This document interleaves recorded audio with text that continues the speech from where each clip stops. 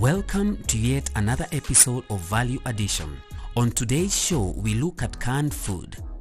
Canned food has become very popular today and its numbers are quickly increasing in our markets. Canning is a method of preserving food in which the food contents are processed and sealed in an airtight container. Canning provides a shelf life typically ranging from 1 to 5 years, although under specific circumstances it can be much longer. A freeze-dried canned product such as canned dried lentils could last as long as 30 years in an edible state. Today we visit Joro Canning Factory in Nakuru County, where we meet one Mr. Joseph Langat, who tells us more about canned food and the canning process. Here in Joro Canning we have 10 units, and this is the first unit called Factory 1. So here we can vegetables. We do about 5 varieties. We do sweet corn, we do mixed vegetables, we do French beans, we do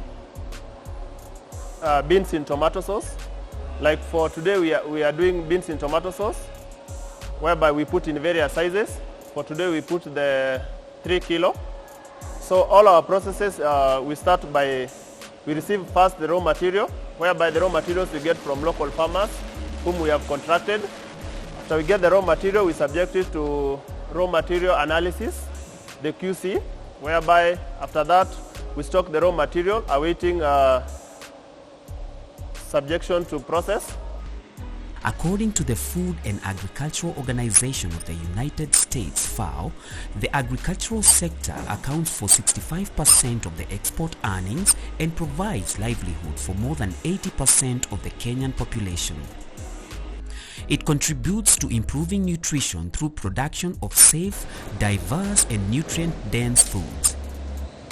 The sector is also the main driver of the non-agricultural economy, including manufacturing, providing inputs and markets for non-agricultural operations such as building and construction, transportation, tourism, education and other social services. Joro Canning Factory adds to the above statistics. They receive raw materials from local farmers. This way they promote them and at the same time help build the country's economy. We get it from our local farmers, whereby we have given them contracts. Immediately their products are okay, they bring it to us, that we buy from them. Soaking is the first step of the canning process. Soaking dried beans help enhance digestibility and nutrient absorption. The purpose of soaking beans for 8 to 12 hours before cooking is to allow the beans to begin the sprouting process. Sprouts are the most nutritious state of any plant. If the beans are not soaked or not soaked long enough to begin with the sprouting process, the nutrients remain bound within the bean and basically go through your intestines undigested. This is whereby we do soaking. We soak our product for a minimum of 12 hours so that we are able to reduce the cooking time. During soaking we also do the washing. From there now we soften the product so that we subject it to further sorting at the tables here ahead. From there, we do the blanching. After blanching now we put it in cans. From there we do with the weighing. We add sauce, and then from there we do the steaming. From there we do the sterilization, and then from there the product goes to the warehouse, whereby we hold the product for about 7 days awaiting incubation results. When the incubation results are okay, we get the go-ahead from the quality assurance department. That's when we are able to dispatch our products to the market. We soaked these beans at around 4:30 yesterday, up to 8, that's a minimum of 12 hours, so that we are able to remove all the gases that are, as you can compare, if you see the size of this one versus the one that is not soaked, this one is almost 2 times the size, because it's already it has water, it has imbibed water, unlike the other ones. It imbibed water so that it removes the gases that is inside, and also softens the cotyledon so that it will reduce the cooking time while we are processing. After soaking, the beans are taken through sorting. This is important so as to ensure that moving forward the grains are of quality and are also clean. When we receive the raw material, after we have soaked, that's the time now we are able to, it becomes more visible, we are able to see the foreign matter in the raw material. As you can see, this is whereby we remove the foreign matter, like you can see. We have also ones that are spotted. We also have ones that are blemished. So that's generally what we do here. We remove all that anything that is foreign material, spotted, the ones with maybe bites, all of them we remove. And all of this is done by the workers, but they are being monitored by the quality controllers. After sorting, the beans are again washed. Joro canning usually uses ultraviolet treated water to wash their beans. UV water treatment destroys 99.9% of microorganisms. It is also chemical free. This is because water is passed under ultraviolet light to kill organisms. Mr. Langat tells us more on the washing process. Okay, we use UV treated water that is potable, to wash our product. So the method of washing, you just rub it gently so that if there is dirt that is stuck in the product, you remove it, and then you rinse the product. That is after now sorting. You take the product now to blanching for the next process step. Quality assurance is a process used to learn if your product or service is up to standards and whether you're giving customers the kind of product or service that will keep them returning. The idea is to deliver a product or service that consistently keeps up a high quality.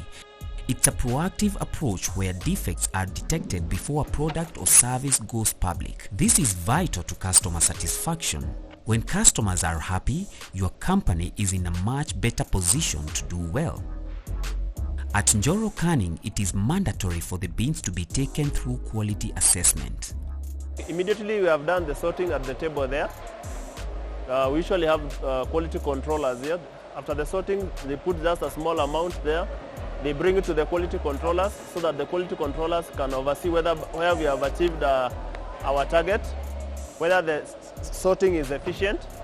From there now, if the product is okay, they put in these big blocks crates. After there, that's the product is ready now to be taken to the next process step, which is blanching. Blanching is a cooking process where a food, usually a vegetable or fruit, is scalded in boiling water, removed after a brief timed interval, and finally plunged into ice water or placed under cold running water to halt the cooking process. Blanching foods helps reduce quality loss over time. People often use blanching as a pre-treatment prior to freezing, drying or canning. Heating vegetables or fruits' inactive enzymes modifies texture, removes the peel and wilt tissue. We have divided this factory into two sections. Now this is the hot part. Immediately we get the product from the cold part. After it has undergone the quality controls and we are told it is okay, we now bring it to the next process step, which is blanching. We blanch the product so that we can be able to deactivate the enzymes and also reduce the microbial load, because we boil at a temperature of 90 degrees, 89 to 90 degrees. So all these process steps is we reduce the hazards as we continue. From each process steps, we reduce each and every hazard. Each process step, we reduce hazards. So immediately we have already blanched the product, and each product has different blanching time. During blanching, we have already initiated cooking. So we cool the product to stop the cooking that was already taking place, and also for ease of handling, so that we can be able now to put the product into can. This is the open blancher, whereby, as you can see, when you open like that, the steam just comes outside, so it hits the water. So this is the direct contact, steam direct contact with the water. But the other one, the other blancher that we normally use, has tubes that you heat the tubes, you hit the tubes directly. As you can see, there is an extension here, so the steam doesn't come direct to the product. Inside here, we have the tubes, whereby the steam hits those tubes, and then there is water that comes now circulating, getting the heat from the tubes. So that is, the steam doesn't come, so that the steam doesn't come direct into contact with the product. When preserving fruits or vegetables with water canning methods, it's critical that you sterilize the jars in any situation where the canning recipe calls for less than 10 minutes of processing time in a boiling water canner. In Joro Canning Factory, steaming is used as the main method of sterilization. The product that is already blanched, we put it in the cans, so we must make sure that the cans is already sterilized. So we sterilize our can using steam and water.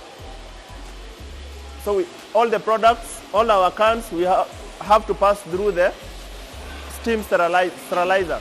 As you can see, what is happening now, the can is already sterilized. We just pass it through there.